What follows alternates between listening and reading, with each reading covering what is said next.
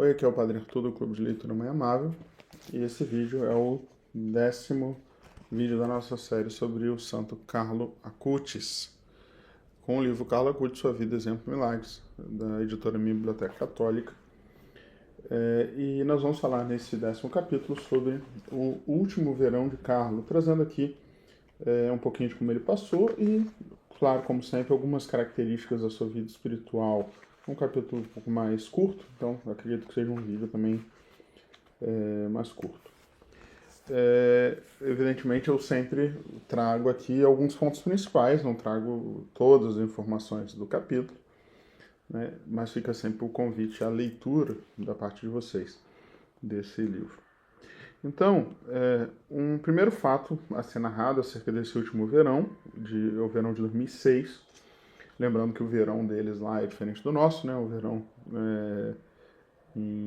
começa lá para agosto, né? Então, julho, agosto, setembro é a época quente do ano deles, né? Então, numa noite de agosto de 2006, Carlo e sua família foram jantar em Porto Fino. É uma região muito bonita lá, né? Perto de Gênova. Depois que eles saíram do jantar, o Carlo ficou muito recolhido, assim, quieto no canto. E a mãe ficou um pouco preocupada.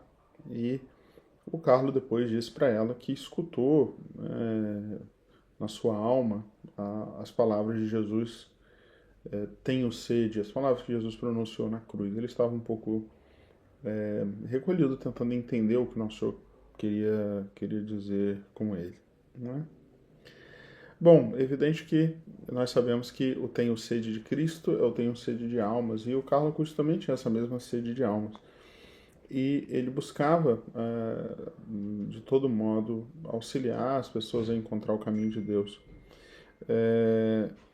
Ele ficava muito triste a perceber que as pessoas eram... a maioria das pessoas encaminhava-se para um caminho uma direção muito mundana, né? E cada vez mais ele se ocupava de ler o que os santos falavam e anotar o que os santos falavam acerca do inferno, do pecado, né? Enfim, ele gostava muito das histórias dos santos, né? Particularmente aqui, pra gente não dá para falar todas aqui, mas uma história que ele gostava bastante é aquela história famosa quando um menino, que chamava-se Carlo também, que estava muito doente, pediu para chamar São João Bosco porque ele queria se confessar antes de morrer. E São João Bosco não chegou a tempo. E depois que São João Bosco chega, o menino já tinha morrido, São João Bosco reza e diz: Carlo, levanta-te. E o menino ressuscitou. E São João Bosco atendeu a confissão e o menino tinha falado que ele tinha escondido um pecado na sua última confissão. E São João Bosco dá o perdão, a absolvição, e pergunta para ele se ele queria voltar a ficar na terra ou se ele queria ir para o céu, e o menino escolhe ir para o céu, né? Então é uma das histórias aí dos santos. Enfim, aqui o livro conta várias coisas, frases dos santos que ele anotava, relatos que ele gostava. Uma coisa nessa época foi interessante da gente conhecer, foi que sua mãe teve 3 sonhos. No primeiro, ela estava com o marido na igreja, atravessando, né, o vão da igreja que leva até o altar, e todo mundo estava olhando para eles como se eles estivessem dentro de um evento no qual eles fossem protagonistas de alguma forma. E ela não entendeu esse sonho. No segundo sonho, ela viu um cordeirinho que foi sacrificado e abandonado à morte. E 2 palavras, né, que ela não conhecia. Depois ela procurou na internet as palavras, tal como ela escutou, e ela descobriu que eram 2 palavras em árabe. Uma significava sacrifício e outra significava vítima. E depois ela associou isso com a própria morte do seu filho. E no terceiro sonho, ela fala que o Carlo estava vestido de vermelho do outro lado de uma porta e ela estava do lado de fora e ela não conseguia falar com ele, eles estavam separados, né? Depois ela também entendeu que era um sonho falando sobre a sua morte. Uma coisa curiosa também da vida dele foi uma vez que eles estavam nesse verão, né, numa casa, né, a passeio, e o Carlo recebeu uma ligação à noite, né? E acabou que ela escutou a ligação, né, dele, porque ele foi para um lugar um pouco mais afastado, mas ele estava perto. E ela escutou, o Carlo não sabia que ela estava escutando a ligação, né? E a menina falava com o Carlo que tinha ido numa festa e tinha passado a noite com um rapaz, né?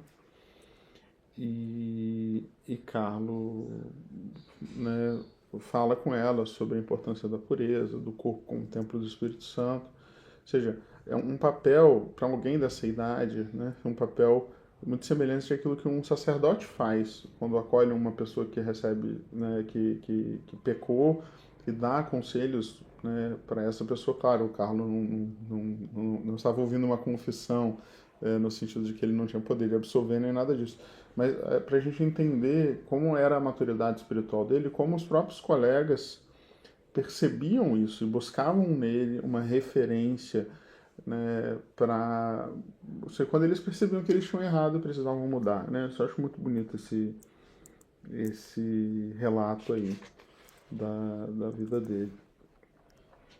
Ele, aliás, tinha muito amor, assim, muito cuidado com os amigos. Ele rezava muito pelos amigos e ele, inclusive, oferecia muito sacrifício pelos amigos dele. Nesse verão, eles foram a um santuário de Nossa Senhora na colina de Montalegro, onde em 1557 um camponês viu Nossa Senhora que pediu que construísse um santuário ali. E o Carlo foi lá, eles normalmente iam todo ano lá. Nesse último ano, 2006, o Carlo pediu a Nossa Senhora a graça de ir diretamente para o céu, sem passar pelo purgatório.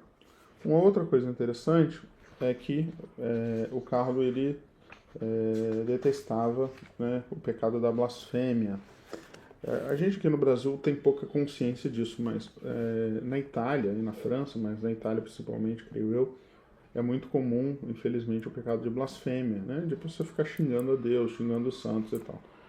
E o Carlo ficava muito escandalizado com isso e ele falava sempre contra isso. E mesmo quando ele via alguém fazendo isso, ele repreendia, mesmo se fosse alguém que ele não conhecesse. Ele repreendia e ele falava que isso era um caminho para o inferno, que era um pecado gravíssimo, etc, etc. Sempre levando a pessoa à conversão. E, pelo menos tentando levar a pessoa à conversão. Conta-se que uma vez ele escutou umas crianças de madrugada, né, gritando blasfêmias e ele rezou o terço na hora por esses meninos que estavam ali blasfemando. Foi também nesse verão de 2006 que ele se dedicou com muito afinco à criação do site que os jesuítas tinham pedido, que era o site para arrecadar fundos para os mais pobres. Ele às vezes trabalhava até bem tarde nesse site, mas sempre acordava bem cedo para ir à Santa Missa. Ele ia todos os dias à Santa Missa, às vezes ia inclusive de manhã e de noite. Ele ia sempre de manhã, às vezes ia também à noite, numa igreja Santa Maria dos Anjos, em Assis, que tinha o Santíssimo exposto. E bom, assim foi o último verão do Carlo. Um último fato assim, curioso é que o Carlo gostava muito de golfinhos e ele uma vez rezou pedindo ao Nosso Senhor que ele queria ver golfinhos de perto e tal. E ele foi num passeio de barco, né, que era um barco da família dele, e começou a aparecer um monte de golfinho em volta do barco, né, e os golfinhos ficavam pulando, um negocinho que não acontece normalmente. E o Carlo ficou assim muito feliz, né? Então, claro, não estou dizendo que isso foi um milagre, mas a impressão que a gente tem é que Deus, né, queria mostrar um pouquinho de como ele se agrada do Carlo, dando esse pequeno mimo para ele, né, sobre, assim, oferecendo para ele um espetáculo, algo para alegar o seu coração, né, tão perto já da sua partida para o céu. Então é isso, esse é o capítulo 10º, e no próximo vídeo nós vamos falar sobre, no capítulo 11 já, sobre a sua doença. Vamos pedir a Nosso Senhor a graça, né, de sermos santos, e pedir também a intercessão do Carlo Acutis, sobretudo buscar guardar e pedir a Deus que guarde nos nossos jovens, nas nossas crianças, a graça da santa pureza. Amém. Deus abençoe.